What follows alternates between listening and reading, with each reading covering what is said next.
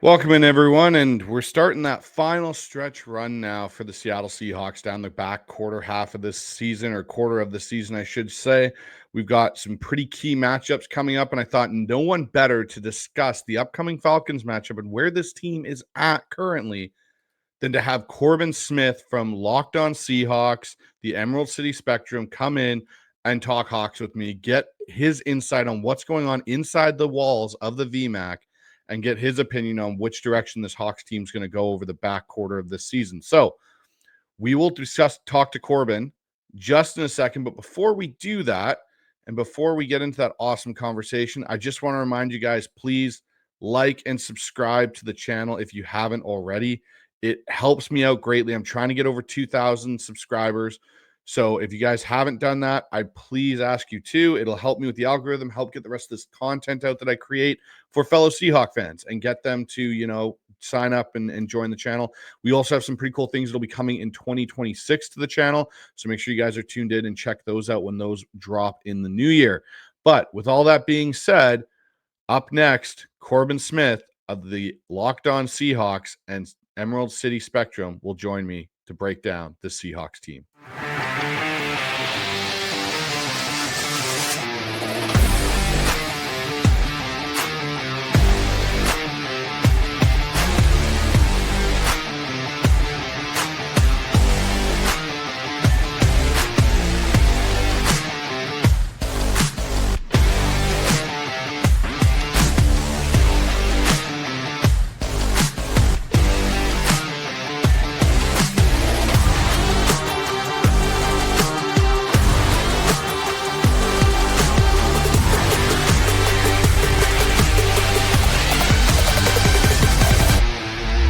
Inside the 15, looks, throws, fires to the end zone. Ball is caught. Touchdown! Seahawks are dunking it over the bar is Jackson Smith and Jigba. He's on the run, Lynch. 40, pushes the man, 35, look at him go. He's down to 20, 15, he could go. He is going to go. Touchdown, Seahawks. Oh my word, a 67-yard run. Promised, I have Corbin Smith back on the Hawks Eye here with me to break down kind of where the Seahawks are going in the last quarter part of the season. Corbin, how are you doing, my friend? I'm good, Bryce. Thanks for having me as always. Looking forward to getting into this conversation with Corbin. And so the first thing I kind of want to ask you, because you have access to this team that a lot of people don't, where does this team truly stand in your eyes from going into this end of the quarter season? Like, is everything available to them? And, what's the vibes in that building and around that team right now? How do they view themselves? I think that this has been the case since training camp or even OTAs. There's just an incredible amount of confidence in that building. And it isn't just the players and the coaches. It's everybody that works in there. There's some swag there, but it kind of felt that way back in March, and not in March, in April and in May and in June, when this team was not even putting pads on yet. The fact they had 95+% participation rate in their OTAs, year two with Mike Macdonald, everybody's bought in, and that has come to pay major dividends during the course of the season. And now you're seeing a team where, if anything, that confidence is even higher than what it was then. But I think there was a lot of people outside of the building. And look, we had these discussions before training camp. I told a lot of people that I thought this was going to be a good football team.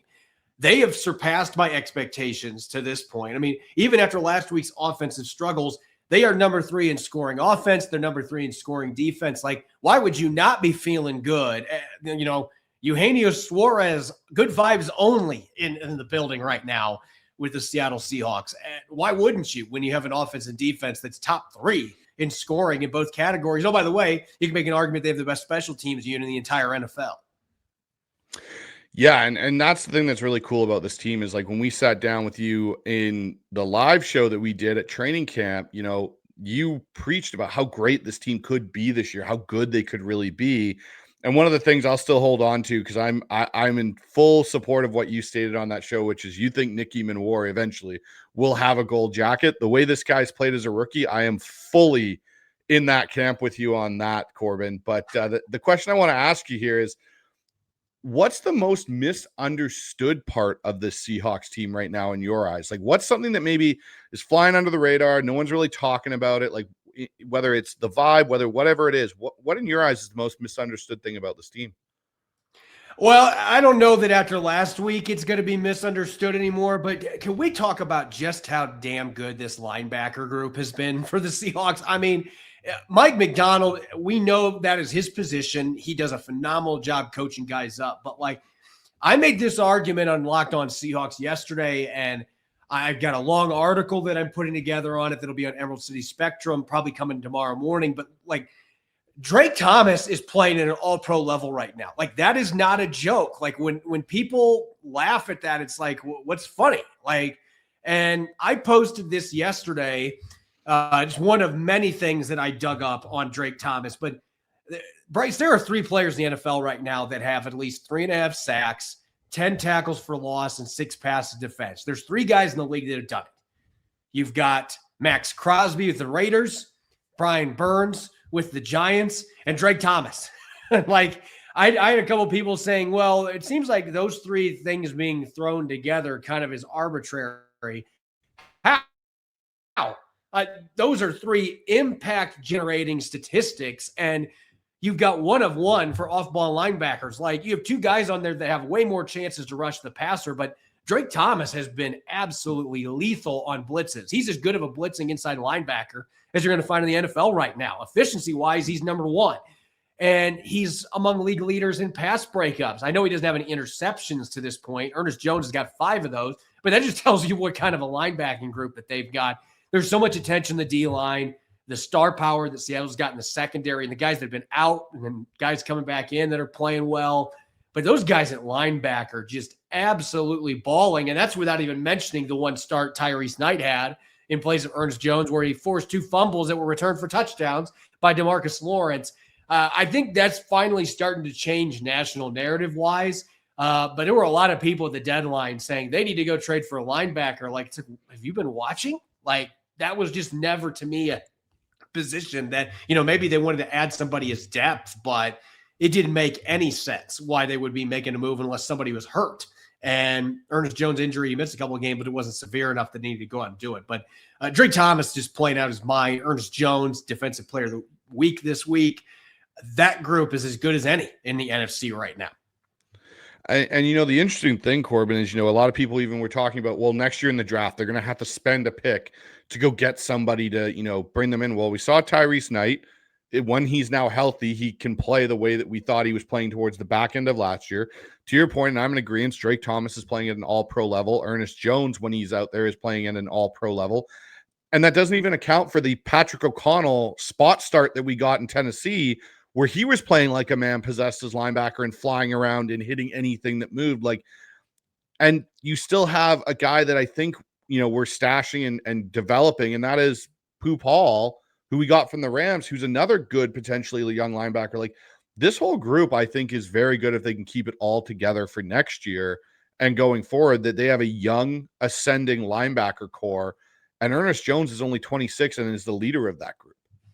Yeah, Drake Thomas is a couple of years younger than him. I mean, this is a young group, and it's one that's ascending. And again, I think the national narrative has been about other position groups in this defense, but like Ernest Jones, Drake Thomas, those dudes, they're dogs. I mean, they play the game fast, they play maniacally, they play physically. They play really sound in coverage. They're both good blitzers. I mean, they're just really good all-around football players. And kudos to Mike Macdonald and his staff, the work they have done at that position too. It's phenomenal seeing how some of these young guys, like Patrick O'Connell, looked more than capable when he was out there. So it just seems like they have been able. It's kind of like Pete Carroll was with cornerbacks. We can take anybody and put them in there as long as they fit what we're looking for. We can make them productive. Very true. So the next question I got for you here, Corbin, to kind of wrap up this little part of the segment is, in your opinion, being around that building, do you think this team is kind of ahead or right on par where Mike Macdonald and John Schneider thought they'd be after the whole process of hiring John, getting this, coaching staff together and everything? Do you think they view that this is actually ahead of schedule or kind of right where they expected it to be at this point?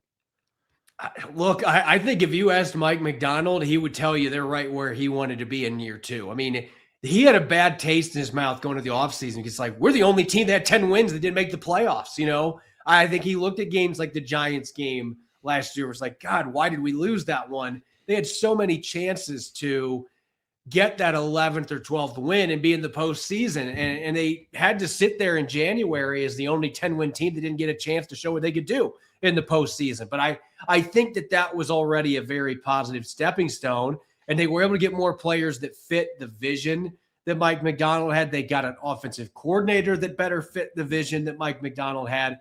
And I think John Schneider, you talk to John Schneider at the Combine, you could tell how bullish he was on this team. He felt like they were right where they needed to be. And that was before they had traded DK Metcalf and Geno Smith. Like, there was a lot of moving parts, but they have found a way to really build something that looks like it's going to be special for the next several seasons. The window is just opening for this team. That's what's really exciting.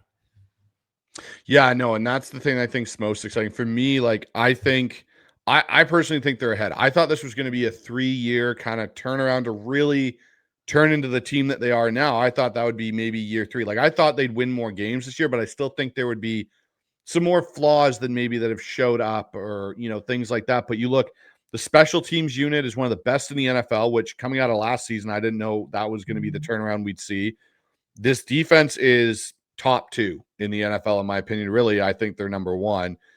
The only thing that really is kind of up and down is the offense. And we'll talk about that in a little bit, because I want to get your thoughts on that. But I want to get your real thoughts on this, the protection problem we saw in this Vikings game. And a hot topic, kind of a lightning rod right now, again, in a lot of ways, is Anthony Bradford.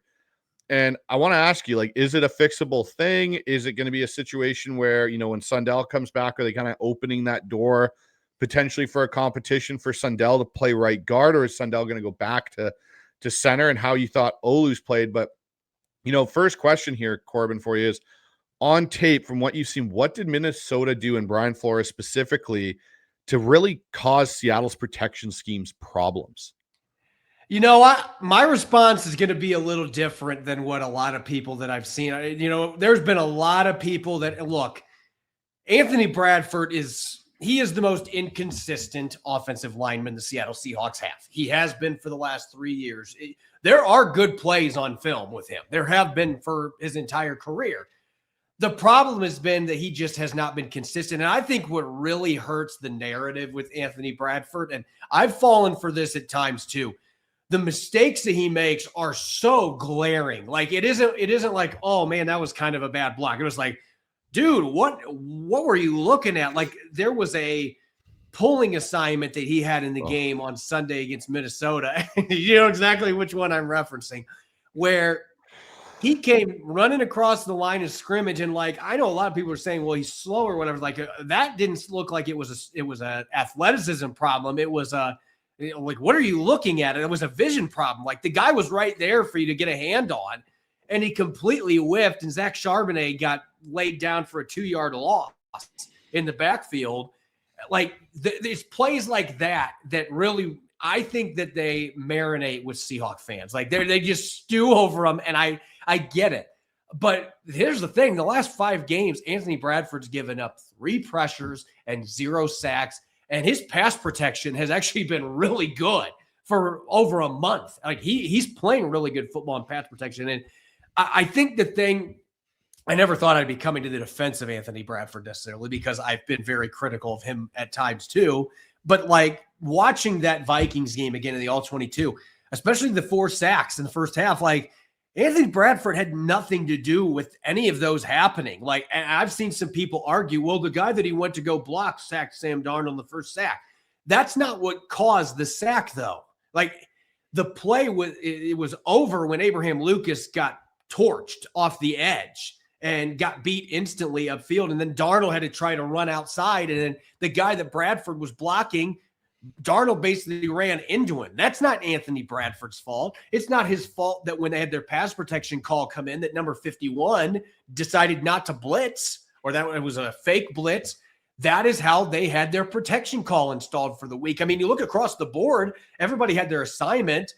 Abe Lucas got beat. Zach Charbonnet, I thought, had initially a good thump, but then he ended up losing the battle against a linebacker that came on that play as well.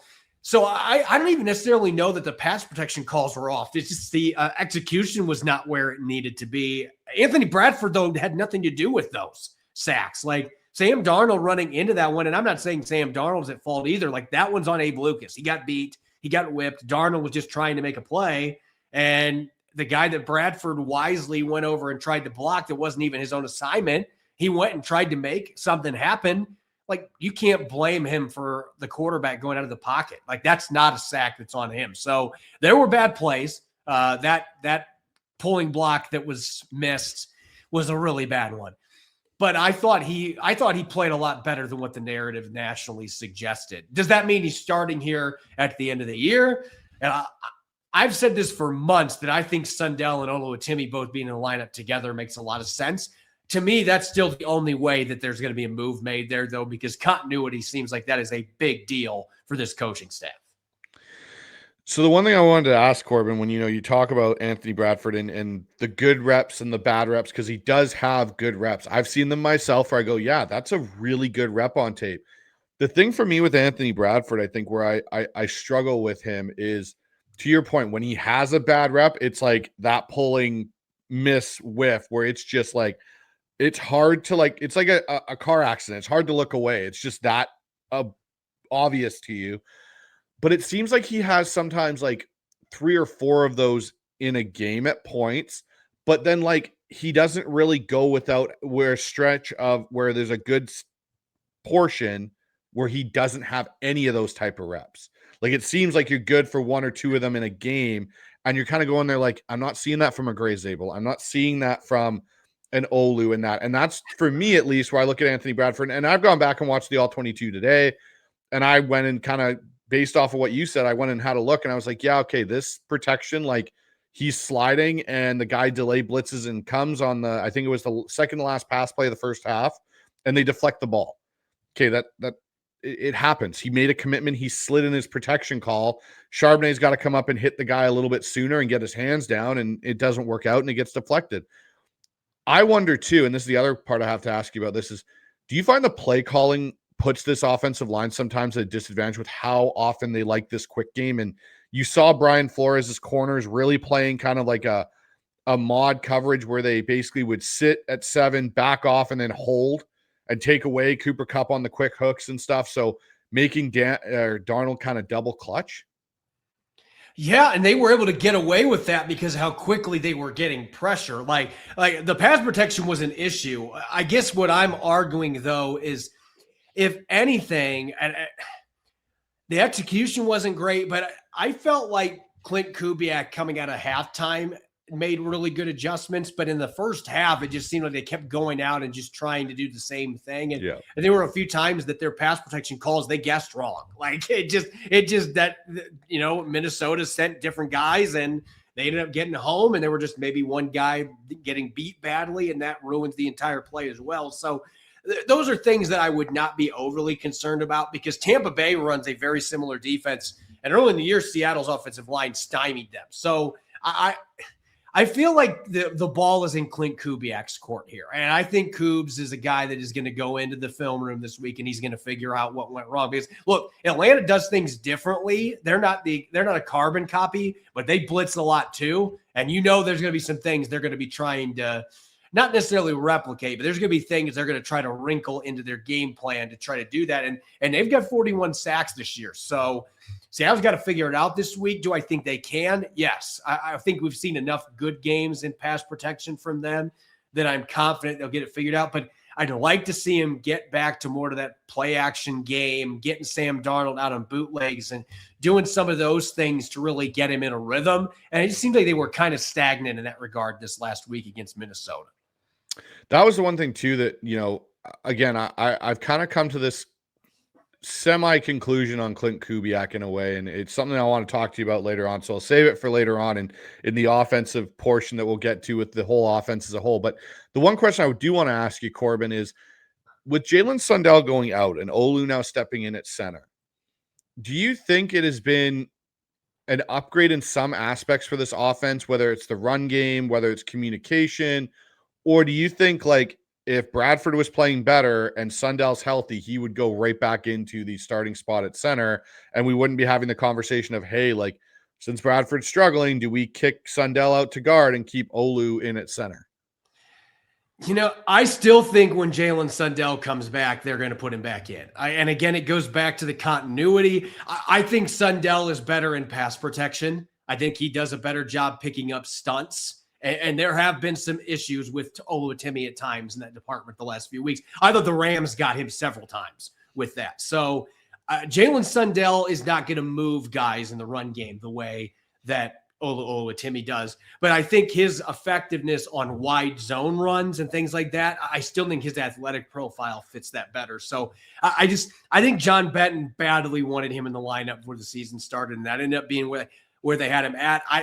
I'm anticipating that he's going to get his starting job back when he comes back. And I think Sam Darnold, he has nothing against Oluwatimi, but I think he hasn't been quite as effective with Oluwatimi snapping to him. And sometimes something that little can end up impacting things. So I expect Jalen Sundell is going to be back in the lineup one way or another. If Bradford goes out and has a rough game this weekend in Atlanta, then Seattle might finally be at a point where they're at the precipice where they're like, we need to make a move now. Jalen Sundell's healthy. We'll just put him in at right guard and we'll keep Oluwatimi in. If they're going to make a move, that's the area I expected they would do it, not plugging Christian Haynes in as the starter.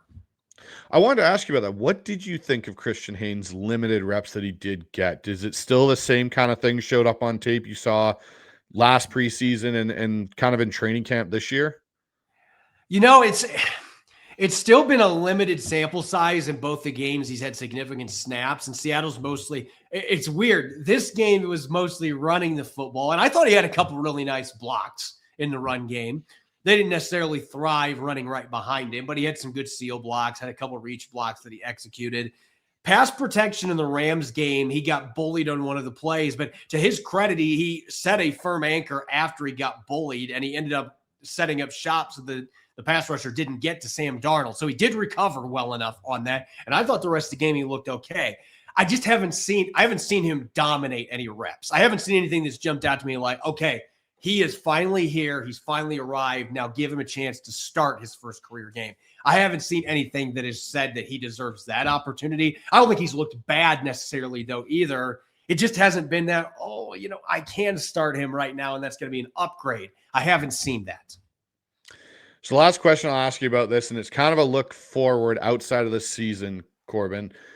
Do you think they have a starting center on this roster? And do you think right guard will be a draft pick solution or a free agency or trade solution next year for Seattle? This is not a great offensive line draft class, but that doesn't mean Seattle won't try to invest there. They're going to have a little bit of money to play with potentially. And look, John Schneider was trying to sign a guard. If I had to hedge bets right now, I think they're going to try to go out and see if they can find something in free agency, unless Jalen Sundell gets into the lineup at right guard and they're like, hey, we got our center and our right guard. I think Sundell can be a multi-year starter. I'm comfortable saying that. There are areas of his game he's got to improve on. He's got to get stronger.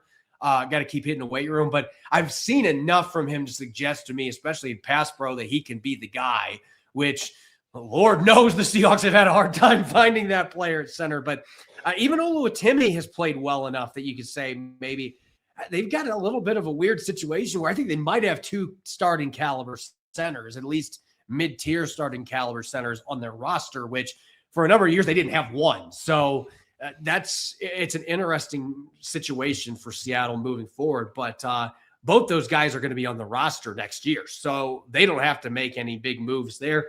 Right guard is where I'm wondering if they decide to move off of Bradford, or, do you go into year 4 and hope 4 times a charm? I would be surprised if he's the starting right guard next year. I'll just put it at that. The last question I want to ask you is more of I want to get your insight.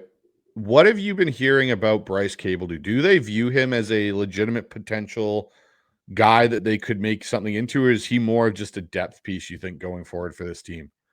There was a lot of buzz when they drafted him. They thought he might have starting upside. That might still, and maybe next year he plays into the right guard position. Who knows? They've worked him some at center as well, in part because Jalen Sundell's been injured reserve. You had to have somebody else ready to go. And Christian Haynes has not been impressive when they put him at the center position. So I think they were just trying to look, hey, Mason Richmond got some reps there earlier this year. They're just trying to see if they can develop somebody else that can play there if they need to.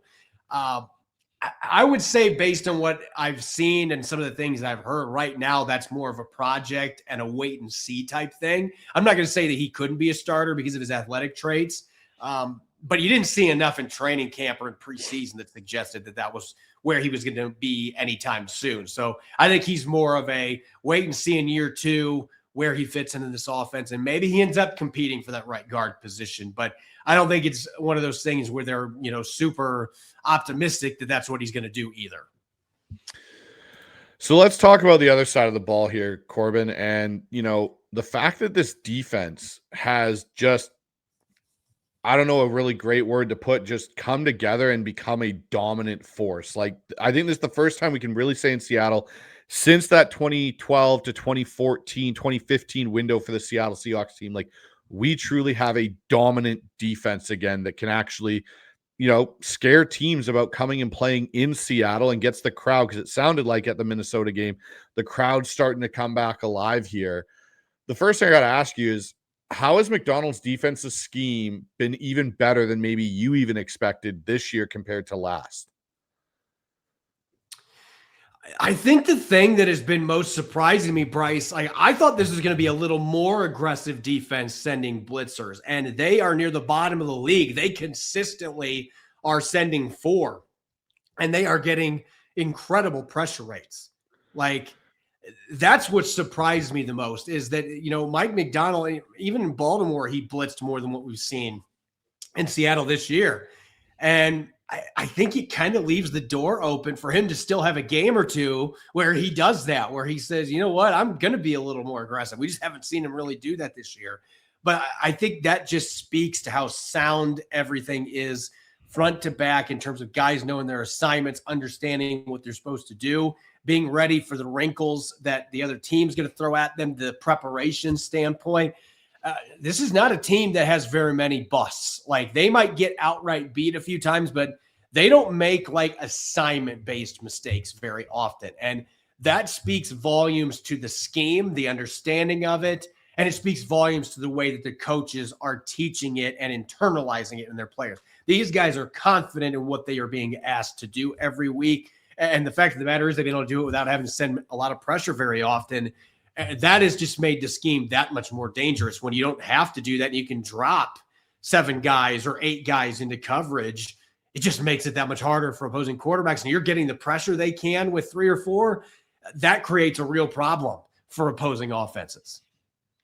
Yeah, that's the one thing that I think is most surprising to me, because you heard him in the offseason kind of mention a few times, hey, I want to bring pressure more. I want to do that. And then to your point, we're one of the lowest ranked pressure, like blitzing pressure related teams. And, it kind of leads into my second question here is, which rotational defender or role player has elevated this unit the most this year? I would say Drake Thomas, but I don't even think that's what he is now. Like, I don't think he's a role player. I don't think he's a rotational player. So maybe that answers the question in itself, that he has become a top 10 caliber starting inside linebacker, the way that he's playing in this defense. I would still go with Tayakata, though. If you're looking at a guy that, he's going to end up going back to the bench when Julian Love returns, whether that's this week or the week after. Tayakata is going to be relegated back to the bench. That's the unfortunate reality.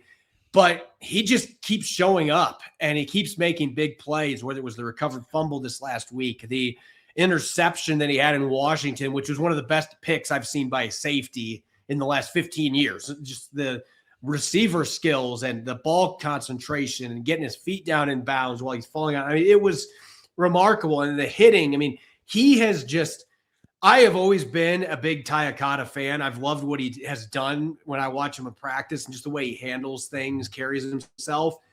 But he's eclipsed my expectations. He has really looked like a starting caliber safety in the National Football League. And again, that's a credit to him, but also the coaching staff for getting these guys ready to play and developing. I just felt like player development the last couple of years Pete Carroll was here. It just wasn't what it used to be. Mike Macdonald is developing these players. The coaching staff is developing these guys.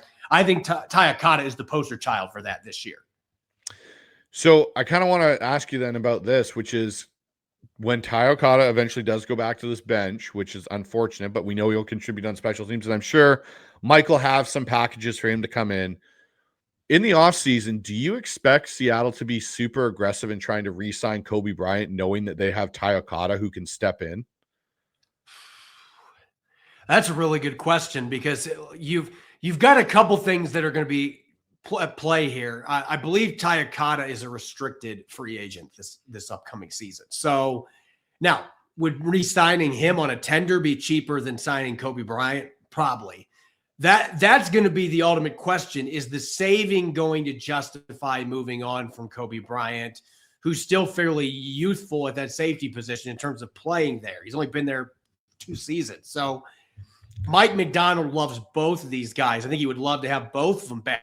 But if you get in a position where you're trying to make a decision there, like that gets a little bit muddy there. Like, do you want to pay a little extra for Kobe Bryant? We don't know what his market's going to look like, but there's a lot of teams that don't have near the safety play the Seahawks have. So the opportunities are going to be out there. I wouldn't be shocked if Cleveland tries to bring him back to Ohio and put him in their secondary. So there's going to be teams that are interested. If I had to hedge a bet here, I think both guys are on the roster next season. But if they had to pick between them, that is a two-face flip a coin type thing here, because there's reasons to think you should bring back Bryant, but also I think the cost in play, Tayakata, like the savings there with his that he brings to the table, are you getting more bang for your buck in that case? That's what the Seahawks have to figure out. So that's a fascinating one. Yeah, that's one thing that I'm really going to be looking for, because I think Kobe has definitely elevated his market, because I know there was a report that came out, like, as the Abe Lucas signing became official, that they were still trying to work on a deal to get Kobe signed, and it didn't come to, terms, and they didn't get it worked out. And then the way that Kobe's played without Julian Love back there in year 2 of being a safety, I think he's elevated his market very much like what happened with another safety that Mike Macdonald had in Geno Stone in Baltimore, where he was able to elevate his market and, get a nice payday. I think it's going to be a very interesting offseason at that spot, because you still have Nicky Manwari. D'Anthony Bell has been another good safety for them when they've had to put him in situations to play. And he's under contract for next year.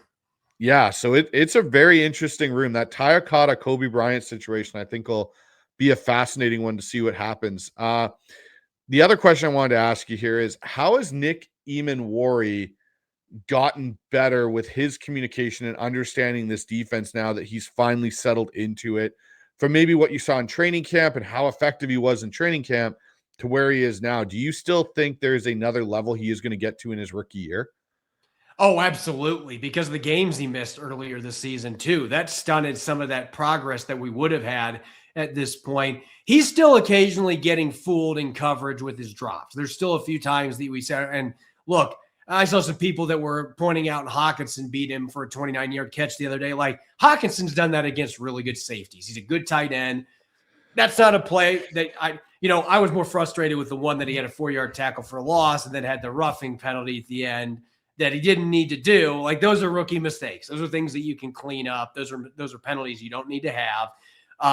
But I do think that he has been more consistent with his drops and being in the right position and putting himself, and he's getting a lot of pass breakups. He almost had his first career interception the other day. That is coming in the next week or two. He is going to get a pick. Like, he is going to have one soon. So, we're seeing a guy that's getting more comfortable with blitzing. It's not something he did a lot at South Carolina, but he's looked pretty natural at it. The run defense has been quality. Defending screens has been really good.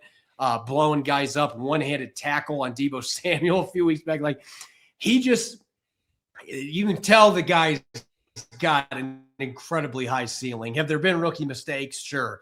But it seems like when he does make those mistakes, he doesn't do it again. He comes back and he's able to learn from those mistakes. Then he goes out and makes a couple big plays. So I'm incredibly psyched to see what this kid's going to look like next year, because I just have a feeling you're going to see Mike Macdonald truly unleash him in year 2 if he hasn't already done that by the end of this year.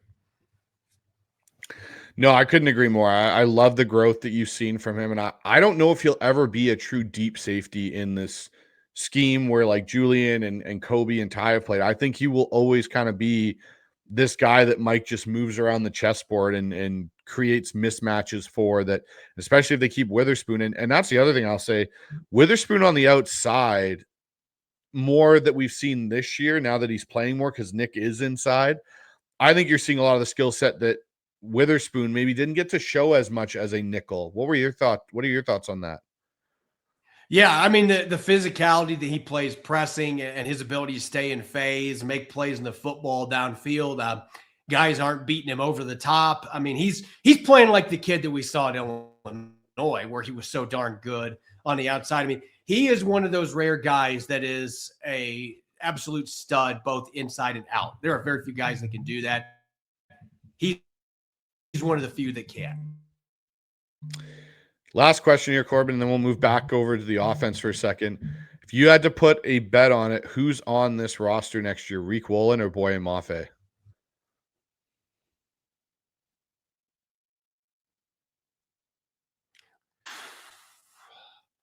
You know what? I'm going to say Riq Woolen on this one. I know that, Seattle has never been scared to pay a bunch of guys in secondary. Mafe just hasn't done enough this year. And maybe that makes it, he's a lot more affordable to bring back, but I feel like Seattle might decide to go a little different direction in that edge position, and they might decide we're going to double down on Riq Woolen and make sure we keep this athletic freak who, quite frankly, I think has played really good football the last 4 or 5 weeks. Yeah, no, he's really played some good football. He seems to be more comfortable. And the one thing I'll say too, and I think Mike brought it up earlier in the year that, there's points where he kind of would panic a little bit when he'd get beat, and he seems so much more in control now. Like that interception that he had in the Minnesota game was just great technique of, hey, I have outside. I see that the quarterback's eyes have locked onto that seam and bender route, and I'm breaking and I'm going to go undercut it. And there's very few guys that can do it as well as Riq Woolen. Now, him trying to turn into RB3 was a totally different discussion on that one. And definitely next time, I don't know if he's going to go challenge somebody and try and run them over. Corbin, let's discuss this offensive. And I'm going to call it a bit of an identity crisis for the reason that in the offseason, we were kind of promised with this team, we're going to be a wide zone, smash mouth football team. And it's not for lack of trying. It's not that this team isn't running the ball or attempting to run the ball, but it's like, what's the real ceiling here for this team? Because we kind of saw a situation this weekend with JSN not being a part of the passing game in a lot of ways. He had, I believe, 4 targets and 2 catches. They didn't get him involved until the third quarter of the game, really. What do you make of this offensive, situation right now? And Clint Kubiak as a whole, because there was some buzz about him as a potential, head coaching candidate going into the cycle of head coaches. What are your thoughts, A, on Clint Kubiak, and A, what is this team ceiling right now with this offense? Yeah, look, we've seen what the ceiling looks like for the most part with the way that they've aired it out. That just seems like where their personnel really fits. But a lot of that has been because teams have respected their run game and the fact they have stuck with it. So even though the numbers haven't necessarily been there, teams are at least still respecting that run game enough. And now I think you're starting to see teams taper off a little bit in terms of how much in the box 7, 8 guys they're playing. That's neutralizing the passing game a little bit. And then they're mixing in more blitzes, trying to get to Sam Darnold, speed his clock up. So there's some things that teams have found success against Seattle doing. But I will say this, though.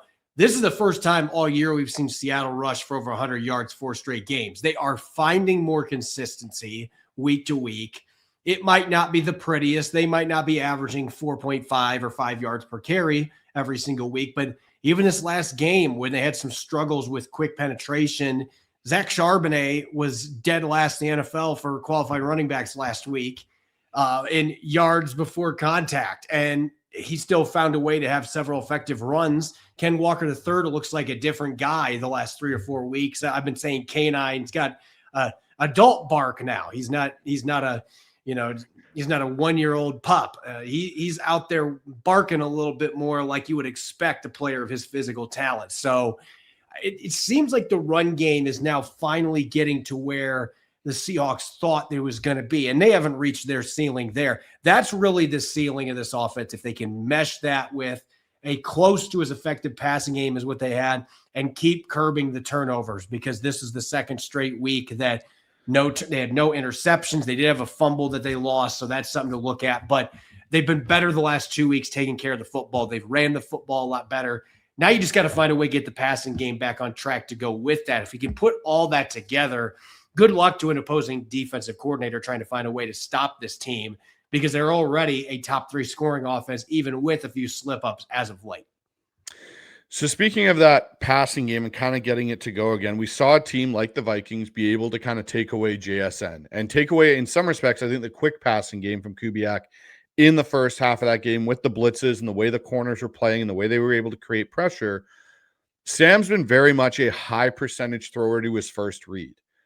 Do you think that, obviously they traded for Rashid Shaheed, but do you think it's a situation of Shaheed's not going to really get fully incorporated into this offense by, a certain point this season? And really, if we want to see what he could really look like, you kind of got to hopefully either make the Super Bowl or wait till next season, because it's hard for these receivers when they come mid-season in a trade to really get into the offense and get going. Or do you see this passing game really starting to get life again when Torrey Horton hopefully comes back? I love that you pointed out the Horton aspect, because I don't think people realize just how much they have missed him. And as good of a player as Rashid Shaheed is, he doesn't have Torrey Horton's size. And I think that is something that really gives teams issues, particularly in the red zone. I mean, 13 catches, 5 touchdowns. I mean, Torrey Horton has been dynamic inside the opposing 20. I don't think it's a coincidence that Seattle's red zone effectiveness has gone down since he got hurt. So getting him back for the final stretch run, I think, would be able to open things up for everybody, for JSN, for Rashid Shaheed, who, look, they're finding ways to get him involved in the run game. I still think that big game is coming for him soon, because there's just been a few throws where the timing hasn't necessarily been there. That touchdown that should have been against the Rams, I mean, there's a great play by Emmanuel Forbes, but it's a little bit underthrown, a little more air under that. That's a touchdown for Shaheed. There's just been a few missed opportunities, but I do think getting Torrey Horton back would fix a lot of what has been ailing Seattle. And it's kind of coincided with, since he got hurt after that Washington game, where this offense has had issues trying to consistently get their passing game humming the way that it was the first 9-10 weeks of this season. So when he does come back and you now have Rashid Shaheed in this offense, do you think if you had to pick a receiver that's going to see maybe less reps, is it Cooper Kupp? Is Cooper Kupp kind of, not to say falling off, but he's just not maybe what they thought he was going to be this year? Like, he's been great in the blocking game and such, but it just seems like he struggles to get the separation even in the small areas that he used to. Yeah. I think at that point, he is the guy that becomes the odd man out, because they already don't run a ton of 3 receiver sets compared to the rest of the league. And Rashid Shaheed and Jackson Smith-Njigba can do a lot of damage from the slot. Torrey Horton's going to be primarily an outside, a boundary guy, but he can do things downfield that Cooper Kupp can't even dream about doing, and that weren't strengths of his game even in his prime. So I think he is the one that ends up being hurt the most by that in terms of snaps. And I think he would be somewhat accepting of it because of where he's at in his career. I don't think he'd be happy about it, but that seems to be where things are kind of trending at this point, because you didn't want to give up all those assets for Shaheed and then suddenly not play him. One thing that would maybe help a little bit is Shaheed does play some out of the backfield. That might make it, there's a few more snaps that Cooper Kupp is going to get that he would lose otherwise. But I do think he's the one that ends up being kind of that odd man out in terms of those 3 and 2 receiver sets that are a big part of this offense, including Kubiak's scheme. So here's kind of an interesting question for you, Corbin. If you could change one part of Kubiak's approach, whether it's how he calls certain things, when he gets off script or off his script, what's something you think Clint Kubiak needs to do to elevate his approach as an offensive coordinator going down this back quarter and into the playoffs of this season? I think he's just got to make sure that he stays true to himself, because I think he does. And there's a lot of offensive play callers that fall into this line where I think they outthink themselves. And there's been a few games this year where it has felt like rather than really leaning on the things that have been successful for the Seahawks that they've tried to get. I don't even want to say the word cute, but they've gotten away from the things that really are the identity of this offense. And I thought this last week was to an extent that, because we didn't see the play action game very much under center. We didn't see many of those plays trying to take shots downfield. And a lot of that was dictated by the blitz, but just it felt like the offensive approach was not catering to the strengths of the team. And again, it got a little bit conservative at times. And there's been a few other games. I thought the Rams game, that was part of the reason Sam Darnold struggled a little bit. It felt like they weren't quite playing within themselves the way they should in terms of what they are good at, what they excel at. The 49ers game week 1, we can give a little bit more of a free pass because the season opener was the first game for him with this team. But even that game, it felt like they weren't really playing to the strengths that I thought they were going to schematically and personnel wise. So I think it's, you want to be inventive. You want to be able to, gradually evolve your offense. You can't be stagnant, but you also can't get away from your core principles. And I think Clint Kubiak sometimes does that. So I want to get your thoughts on this. I kind of have an analogy for some of these offensive coordinators right now, Corbin, and I want to get your thoughts on it. So, you look at Shanahan and McVay, and they're kind of the two at the very top right now. And I'd say probably McVay is the top guy. And I love what he does offensively. And to me, they're like, chefs in a 5-star restaurant. And those two can take the dishes that are on the menu that they've created and cook them amazingly, but then they can add things to them that elevate that slightly and just completely open it up and cause defenses problems and such. When I look at two other guys that have come off that tree, and Clint Kubiak and Kevin O'Connell, I look at them as really good chefs, but they only are really good at cooking what is on their menu. They can do a little bit, but when they try and elevate, to your point, they lose burn the identity food when they try to cook something different. Exactly. They really do. And do you think that's something that Clint Kubiak can eventually overcome, or do you think that's just something that he's going to be where he's, the lesser version of? I'm not going to sit here and say he can't, because I think Andy Reid, when he was younger, was fairly similar. I mean, I think it's part of the reason the Eagles tripped up in the playoffs so many times is they kind of got into those situations where they tried to manipulate what they were doing a little bit too much, and they got away from what had gotten them to that point in the playoffs.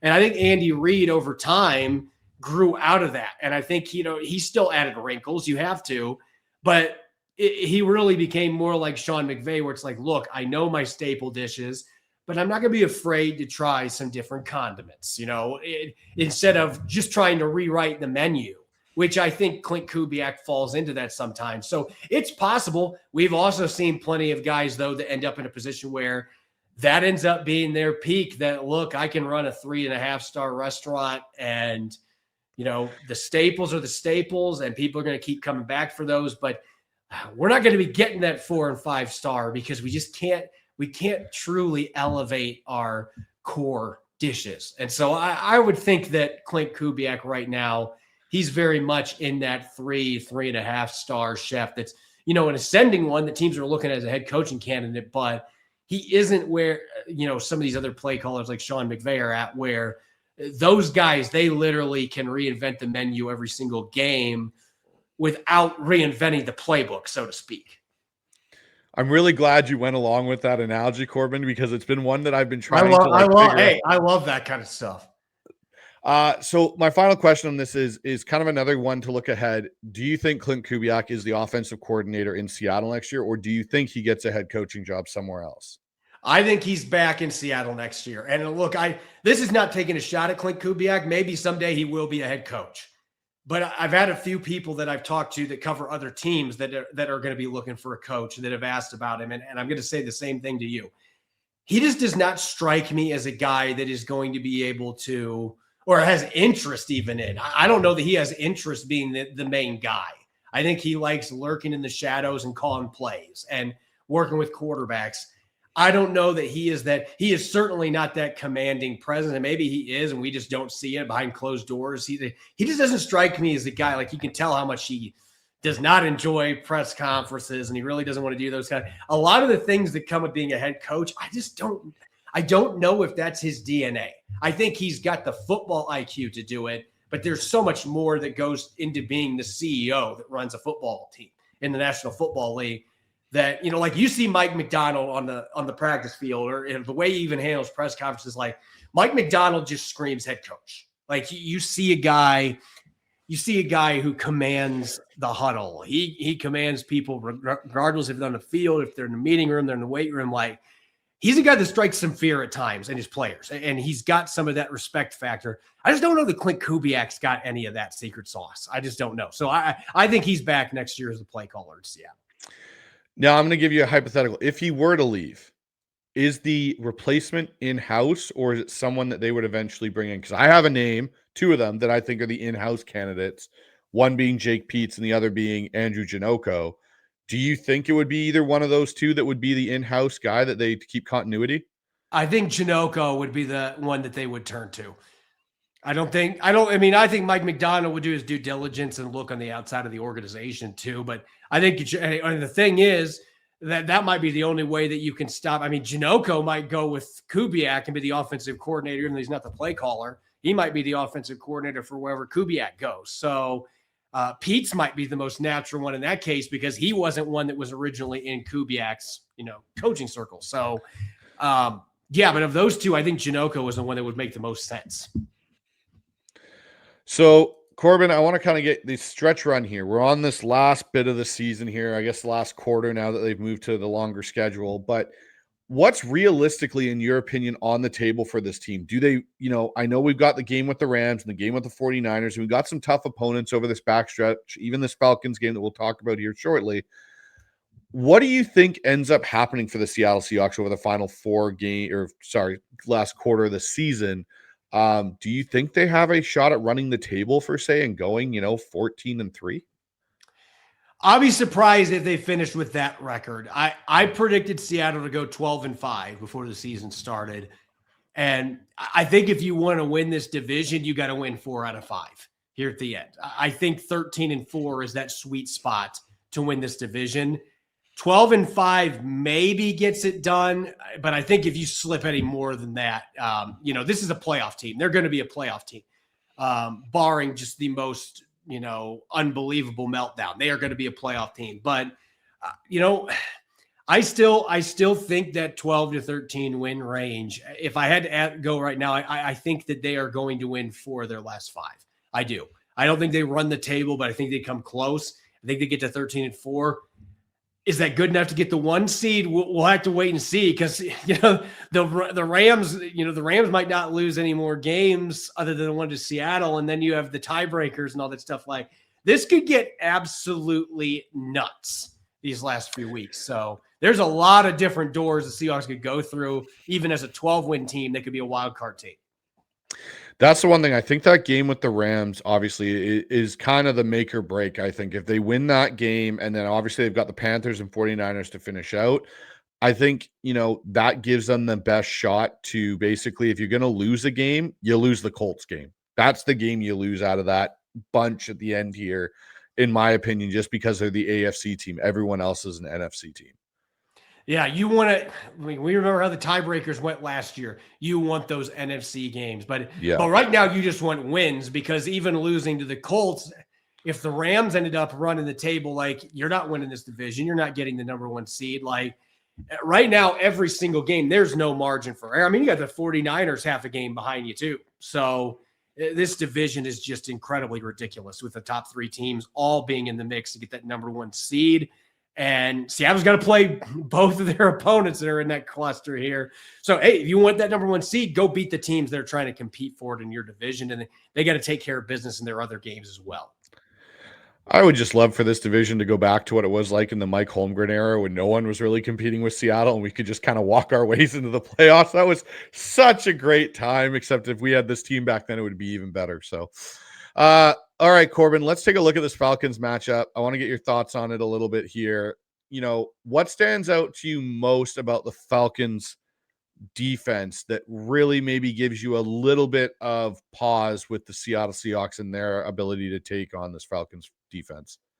It's the pass rushing ability, which look, you want to talk about a 180 from the last 4 or 5 years. The Atlanta Falcons have been consistently one of the worst teams in the NFL at getting sacks and getting pressures That has been turned on its head this year. And they invested a couple first-round picks in Jalen Walker and James Pierce.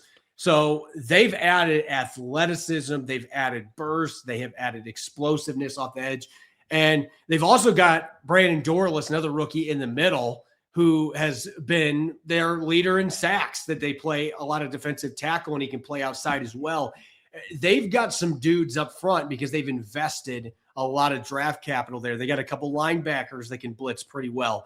So the fact that they can do a lot of things the Vikings did well against the Seahawks this past week, and having those edge rushing presences. And oh, by the way, they have Leonard Floyd, who's been a Seahawks killer for years, and he still can play.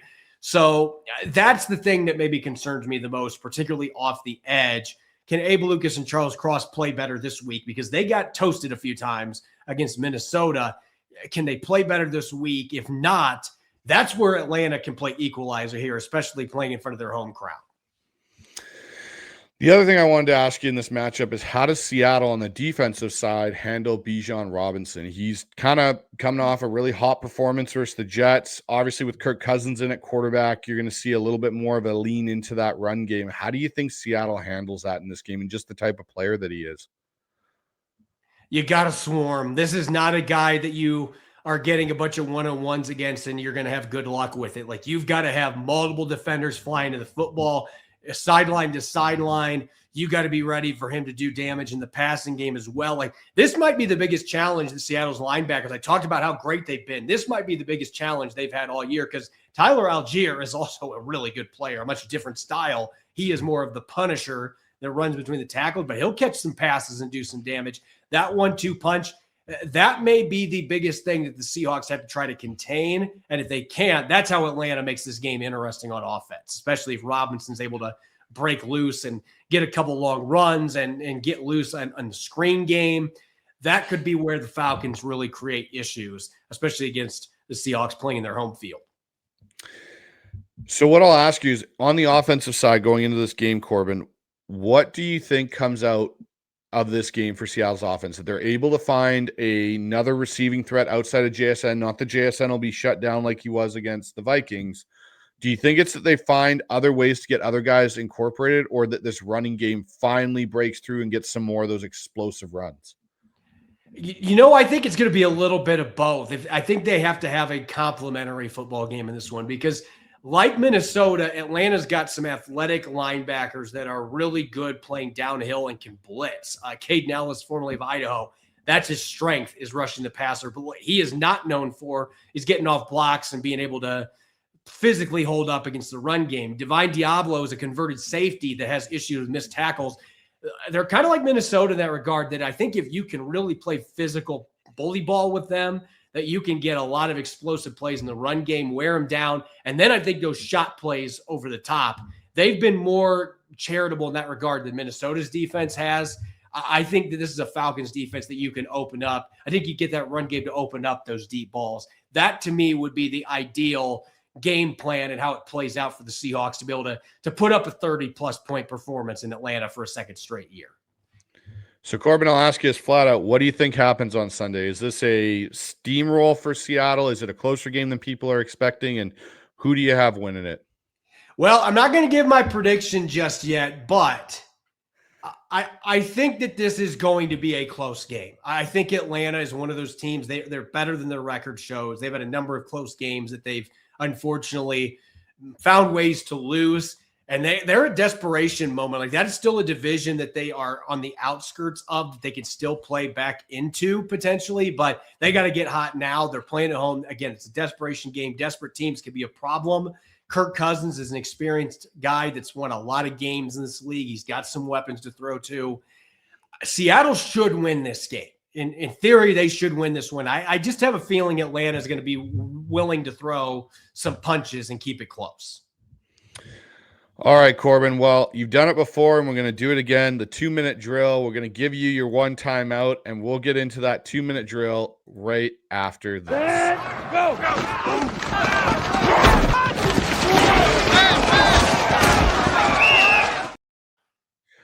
All right, Corbin, you're on the clock. 2-minute drill here. Stronger case for defensive MVP for Seattle: Leo Williams or Ernest Jones?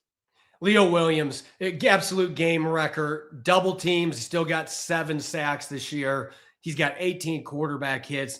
He is the engine of Seattle's defense. And that's not a shot at Ernest Jones. I think both these guys should be first-team All-Pros. They've both been that good. But Big Cat, he is the biggest piece of this Seahawks defense. All right. One Seahawk most primed for a December breakout. Nick Eamon-Warry. I think that we've seen already flashes.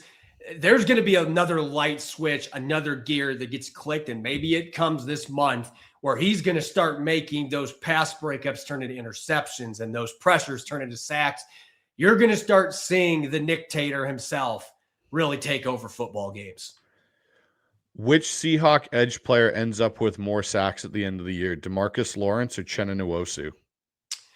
Nwosu. I think Lawrence is going to have a great end of the season. He's done so many awesome things for the Seahawks, but I think Nwosu is just more of a bendy, explosive guy. I just think there's more opportunities for him to finish sacks than Lawrence. Lawrence is going to have the edge in the run game, though, and with tackles for loss and forcing fumbles, he's mastered a number of those things. Most underrated assistant coach on the Seahawks staff? It's still Carl Scott, the one guy that was the carryover from Pete Carroll's last staff. That guy can flat out coach. Just look at what's happened with Ty Akata and Josh Jobe and Nehemiah Pritchett early this year having a big game. He just keeps bringing new guys in and making these guys quality football players. Some of that's on Mike Macdonald, but a lot of it is on Carl Scott. Most improved Seahawk from week 1 to now? Drake Thomas, easily. The first couple of games, I was actually wondering where he was going to fit because they were trying to use him as a sub-package player, and it just didn't necessarily seem like things were clicking. And then week 4 in Arizona, then suddenly just that light switch came on, and as we talked about, he's been absolutely fantastic ever since then. In 2026, who's the receiver 2 for Seattle, Shaheed or Torrey Horton? Torrey Horton. I think Horton has a higher upside. That doesn't mean that Shaheed's not going to be here. I expect all 3 of those guys in the same roster, but Torrey Horton has a higher ceiling and can do more overall as a football player. What is one of the more underrated tools in Sam Darnold's tool belt? His underrated pocket presence and movement skills. I think that's really improved since early in his career when he had struggles with the Jets. And there's been a few times he's gotten away from him lately, but he's still been so good at slipping away from pressure and finding ways to make things happen. Like he's got eyes surrounding his helmet. That to me is the most underrated thing that Sam Darnold has developed through his NFL career. If Seattle wins a playoff game, what will be the number one reason that occurred? The number one reason will be the run game. I think that is still the key. If they can keep taking positive steps forward, it's going to open things up for their passing game. The defense is going to be carrying them, but having a run game is crucial to win in January. Who will be the first Seahawks young defender to get a second contract, Byron Murphy or Nick Eamon-Warry? Murphy. Murphy's going to be, Murphy has one more year on him anyway, but I think both these guys are going to be multi-contract guys for the Seahawks, and Murphy's certainly playing his way into a massive deal in a couple years. All right, and the last question, if Seattle is able to play to its full capability and everything gels over this back stretch, what will their final record be? 14-3. If everything comes together, they win out. If everything falls together. Do I think it happens? No. But I think they absolutely, it's not impossible. And since you didn't use a timeout, I'll give you one bonus question here, Corbin. Come on, I was just trying to be Mike Macdonald. Hey, you didn't use a timeout, so now you get the ability to get a bonus question. It's the first time for a lot of people to do this. And I'm pulling this one right out of the thin air, but in your opinion, what is the worst matchup for the Seattle Seahawks in round 1 of the playoffs? A healthy Detroit Lions team. I just think the physicality, the trench play, the toughness, that would be, if they're playing like they're capable of, which has been inconsistent this year, but that is still a very dangerous team that I think their strengths might actually be a poor matchup for Seattle. All right, and that's the 2-minute drill with Corbin Smith. All right, Corbin, final word here. I just want to say thank you for you coming on, giving your time. I know it's busy for you at this time of the year with all the sports that you do end up covering with the Seattle Seahawks, the Emerald City Spectrum and whatnot. But I want you to tell my listeners where they can find more of your content that you produce, and yeah, what else you got going on. Yeah, as always, 5 days a week, Locked On Seahawks. We've got everything Seahawks every single day. Rob Rang, awesome co-host, knows as much football as anybody. We have a blast on that show. At EmeraldCitySpectrum.com, we've got 13 sports teams now. The Seattle Redhawks soon going to be joining the fold. So $6 a month. And right now, for the next 2 days, you can get for $1 your first month, EmeraldCitySpectrum.com. You can't beat that bargain for the best coverage of Seattle sports. All right, Corbin. Well, again, thank you so much for your time and coming on here. It's awesome to talk ball with you and get your insights on this team, and I look forward to doing it again in the future. Sounds good, Bryce. Thanks for having me. Have a good night, Corbin. You too. Guys, that was guest Corbin Smith joining me, and that was a great, insightful discussion with Corbin, especially the Anthony Bradford stuff and his point of view on it. I know that may rub some fans the wrong way, but you know what? Corbin's got great insight into this team, and especially when it comes to film breakdown. He's a ex-coach. He's, played collegiately as well. Corbin's got a good eye for these things, and you know what? To be honest, after I even went back and watched the All-22 on Seahawks Aftermath, I was very critical of Anthony Bradford. And I think I don't think Anthony Bradford is the solution here in Seattle in any shape or form. And I don't think he's on the roster next year. However, I think unless Jalen Sundell is 100% healthy and they really view him as a right guard potential upgrade, there's a chance that we're going to be playing Anthony Bradford as long as he's healthy. And maybe Jalen Sundell does go back to center, like Corbin said. It'll be an interesting thing to see over these next coming weeks, how that all settles down. But outside of that, if you guys haven't already and you love this content and you enjoy being a part of this great community that we're building over here at the Hawk's Eye, like, subscribe, click that notification button. Help me get over 2,000 subs before the end of this NFL season. There's going to be some cool draft stuff that's going to be coming up in 2026 that I'm going to be doing, some cool coverage and some other cool things about the channel that might be changing in 2026 that you're not going to want to miss out on. So with all that being said, guys, check out my interview with Jackson Bevins that I did a few days ago. It's another great one. I'll have Seahawks Aftermath coming up with Michael Thompson following the Seahawks game versus the Falcons, as well as an instant reaction show to that Seahawks game this coming Sunday. So with all that being said, stay loud, be proud, and go Hawks. Have a good night, everybody.